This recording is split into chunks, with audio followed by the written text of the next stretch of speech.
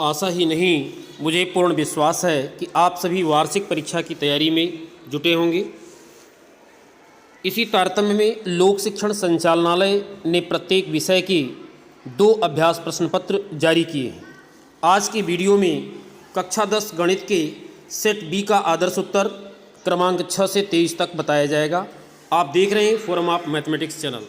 जैसा कि आप स्क्रीन पर देख पा रहे हैं, यह अभ्यास प्रश्न पत्र 2023-24 का प्रश्न पत्र है। इस प्रश्न पत्र के पश्चात इसका आदर्श उत्तर, जैसा कि आप स्क्रीन पर देख पा रहे हैं, प्रश्न क्रमांक 6 का उत्तर। यहाँ पर आपको एक ऐसी संख्या दी गई है 7 × 11 × 11 धन 13, जिसे सिद्ध करना है या व्याख्या करना है कि ये संख्या भाज्य संख्या है। तो इसमें एक ही फंडा लगाना है कि वे संख्याएं जिनके 2 से अधिक गुणनखंड होते हैं वो भाज्य संख्याएं कहलाती हैं, और इस तरीके से आप आंसर इसकी निकाल सकते हैं। इसके पश्चात आप देखें, इसके अथवा में 5005 का सामान्य रूप से गुणनखंड है। और उत्तर क्रमांक 7 यहाँ पर देखें, आपको दिखाना है कि 4 पावर n के किसी भी मान के लिए 0 पर समाप्त नहीं होगा। किसी भी संख्या के 0 पर समाप्त होने के लिए 2 या 5 का गुणनखंड होना चाहिए, और चूंकि इसमें 2 तो है लेकिन 5 नहीं है, इसलिए यह संख्या n के किसी भी मान के लिए 0 पर समाप्त नहीं होगी। यहाँ पर 6, 72 और 120 का आपको एलसीएम फाइंड करना है। तो एलसीएम में गुणनखंड करने के पश्चात प्रत्येक गुणनखंड लेते हुए मैक्सिमम पावर चूज करना है और गुणा कर देना है। उत्तर क्रमांक 8 में आप देख पा रहे हैं, शून्यक ज्ञात करना है। शून्यक के लिए पहले गुणनखंड निकालें और गुणनखंडों को 0 के बराबर इक्वेट कर अलग अलग गुणनखंड को 0 के बराबर करने पर शून्यक का मान मिल जाता है। अथवा वाले में आप देखें, यहाँ पर आपको बहुपद फाइंड करना है। शून्यकों का योगफल और गुणनफल दिया हुआ है। इस तरीके से आप सूत्र का प्रयोग करते हुए उत्तर तक पहुँच सकते हैं। यहाँ पर पूछा गया है कि शून्यकों का योग कितना होगा। तो शून्यक न निकाल करके डायरेक्ट हम alpha plus beta is equal to -b/a formula use करते हुए और शून्यकों का योग निकाल सकते हैं। उत्तर क्रमांक 9 के अथवा में आप देखें, यहाँ पर दिया हुआ है कि शून्यकों की संख्या ज्ञात करो। क्योंकि ग्राफ में हमारा जो ग्राफ बना हुआ है वो एक्स अक्ष को कहीं भी प्रतिच्छेद नहीं कर रहा है, इसलिए इसके शून्यकों की संख्या क्या होगी? 0। उत्तर क्रमांक 10, यहाँ पर आप देख सकते हैं, यहाँ पर आपको बीजगणितीय रूप में व्यक्त करना है। तो पहले वर्तमान आयु मान ले दोनों की, x और y, और इसके पश्चात 7 वर्ष पूर्व 7 घटा दें, x - 7 y - 7 हो जाएगा, और फिर कंडीशन लगा दें। इसी प्रकार 3 वर्ष बाद करना है तो x धन 3 y धन 3 हो जाएगा, 3 ज़्यादा हो जाएगा, और फिर कंडीशन लगा दें, और जो मिले फाइनली वो इसका बीजगणितीय रूप होगा। उत्तर क्रमांक 10 के अथवा में आपको समांतर रेखाएं निरूपित करें ऐसा एग्जाम्पल पेश करना है। तो इसमें आप ध्यान दें, x के गुणांकों का अनुपात 2/4, यहाँ भी 3/6 यानी 1/2 के बराबर है, इसलिए ये एक अच्छा उदाहरण है। उत्तर क्रमांक 11 में समीकरण आपको हल करना है। सामान्य रूप से द्विघात समीकरण आप देख सकते हैं स्क्रीन पर, और इसके अथवा में आपको k का मान निकालना है। तो यहाँ पर मूल चूँकि समान है, इसलिए b² = 4ac फार्मूला आपको लगा देना है। उत्तर क्रमांक 12, यहाँ पर ये AP से संबंधित क्वेश्चन है। आप a और d का मान निकाल लें, और चूँकि पूछा है कि n के किस मान के लिए इसका पद का मान -81 होगा, तो मान लें कि nवां पद -81 है, और इस तरीके से फार्मूला यूज करते हुए कैलकुलेट कर लें। n का मान 35 आ रहा है, यानी 35वां पद -81 है। दूसरी जो श्रेणी है, अथवा में जो क्वेश्चन दिया है, यहाँ पर आपको n की वैल्यू निकालना है, यानी श्रेणी में कितने पद हैं। सेम वही फार्मूला a + n - 1d लगा करके a और d का मान रख करके आपको n कैलकुलेट करना है। 13वें नंबर प्रश्न में थेल्स की प्रमेय लगा देना है, क्योंकि d समांतर BC, और भुजाओं को इस तरीके से अनुपातिक करते हुए और EC की वैल्यू फाइंड करें। उत्तर क्रमांक 13 के अथवा में आपको सिद्ध करना है कि EF QR के समांतर है या नहीं है, ये बताना है। तो आप रेशियो निकाल लें, P और QE का रेशियो कितना रहा है, इधर PF और FR का रेशियो। चूँकि दोनों रेशियो अलग अलग हैं, इसलिए EF QR के समांतर नहीं है।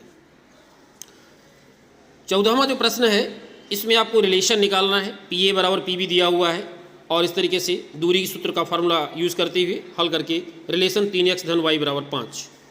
14वां प्रश्न का अथवा, यहाँ पर आपको 2 बिंदुओं के बीच की दूरी निकालना है। दूरी का सूत्र लगा करके कैलकुलेट कर लें, 2√a² धन b², इसका आंसर आ रहा है। इसी प्रकार से 15वें प्रश्न में sin a की वैल्यू दिया है 3/5, आपको कैलकुलेट करना है tan a।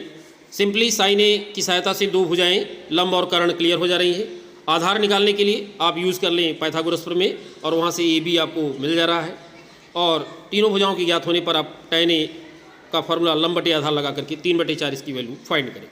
अथवा में डायरेक्ट वैल्यू पुट करें आप tan 45 cos 30 और sin 60 की और कैलकुलेट कर लें, इसका उत्तर 2 आता है। ये बड़ा अच्छा क्वेश्चन है प्रायिकता का, जो कि परीक्षा के दृष्टिकोण से काफ़ी महत्वपूर्ण है। पी का मान दिया है 0.05, पी नॉट ई निकालना है। पी नॉट ई का फार्मूला लगा दे 1 - पी और कैलकुलेट कर लें 0.95। यहाँ पर सिक्के को उछालने पर संभव परिणाम चूँकि 2 होते हैं और हेड या टेल किसी के आने के अनुकूल परिणाम 1 हैं, इसलिए दोनों के केस में प्रायिकता का मान 1/2 मिलेगा आपको। यहाँ पर बल्बों के केस में खराब बल्ब की संख्या चूँकि 4 है, इसलिए 4 ऊपर रहेगा और जो बल्बों की कुल संख्या है वो सभी संभव परिणाम माने जाएंगे। इस तरीके से 4/20 यानी 1/5 इसका आंसर होगा। 17वें प्रश्न में भी कंचे दिए गए हैं नीले, सफ़ेद और लाल, और पूछा है कि आप भाई लाल कंचे निकालने की प्रायिकता निकालें। तो लाल के लिए चूँकि संख्या 4 है और टोटल आ रहा है कितना 9, तो 4/9। इसी तरीके से नीले के लिए नीले की संख्या 3 है तो 3/9। यहाँ पर हाइट डिस्टेंस से संबंधित क्वेश्चन है, ये काफ़ी महत्वपूर्ण प्रश्न है। ये प्रेक्षक की ऊंचाई भी चूँकि दिया है 1.5, इसलिए प्रेक्षक की जो ऊंचाई है यहाँ पर CD वही BE का मान होगा। और इस तरीके से त्रिभुज AED में आप AE का मान निकाल लें और AE का मान आप देख रहे हैं 28.5 मिला। इसमें 1.5 BE की वैल्यू जोड़ने पर चिमनी की कुल ऊंचाई 30 मीटर आपको मिलेगी। ये उत्तर नंबर 18 का अथवा जो दिया है काफ़ी महत्वपूर्ण प्रश्न है। यहाँ पर चूँकि दोनों उन्नयन कोण एक दूसरे के पूरक हैं, इसलिए एक को यदि हम थीटा मान लें तो दूसरा क्या हो जाएगा 90 - थीटा।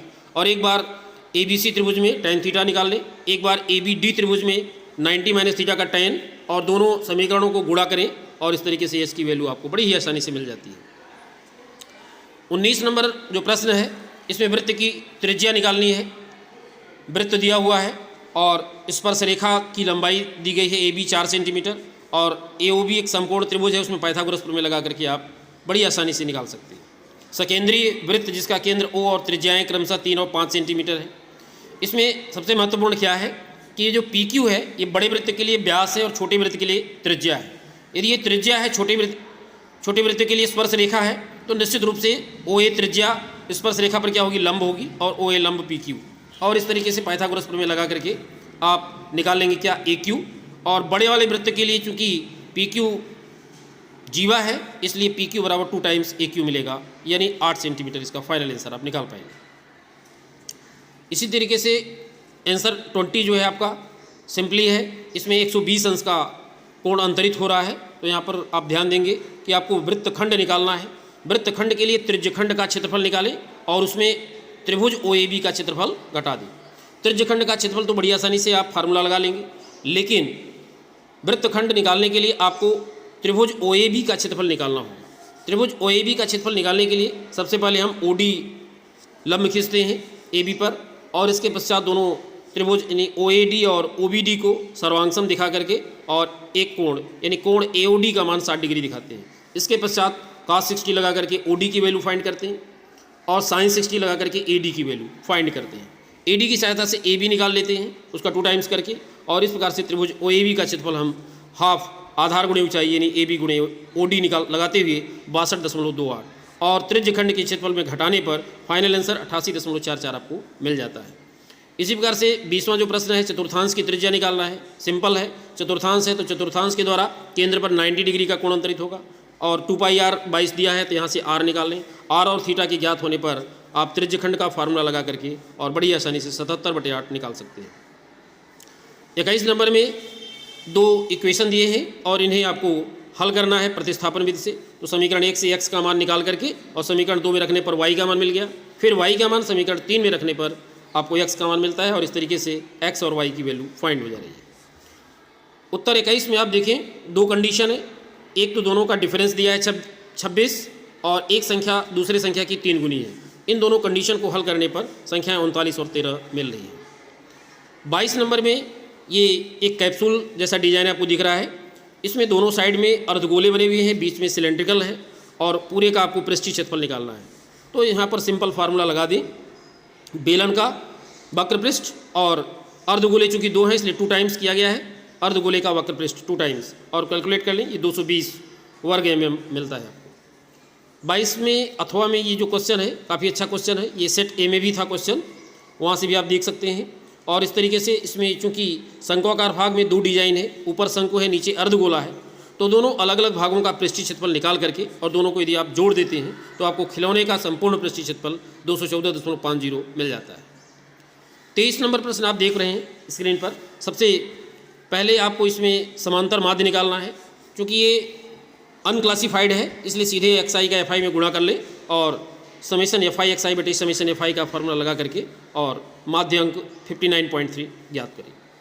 अथवा वाले में बहुलक पूछा है और बहुलक के लिए सर्वाधिक बारंबारता पहले आपको देखना है, इसके पश्चात बहुलक वर्ग फाइंड करना है 3 से 5 और LH F1 F0 F2 का मान कैलकुलेट करके और इस फार्मूले में रखने पर आपको अंतिम बहुलक 3.286 मिल जाता है।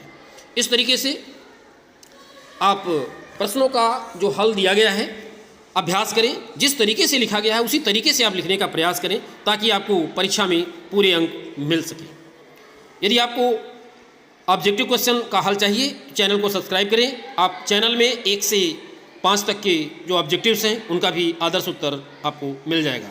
धन्यवाद।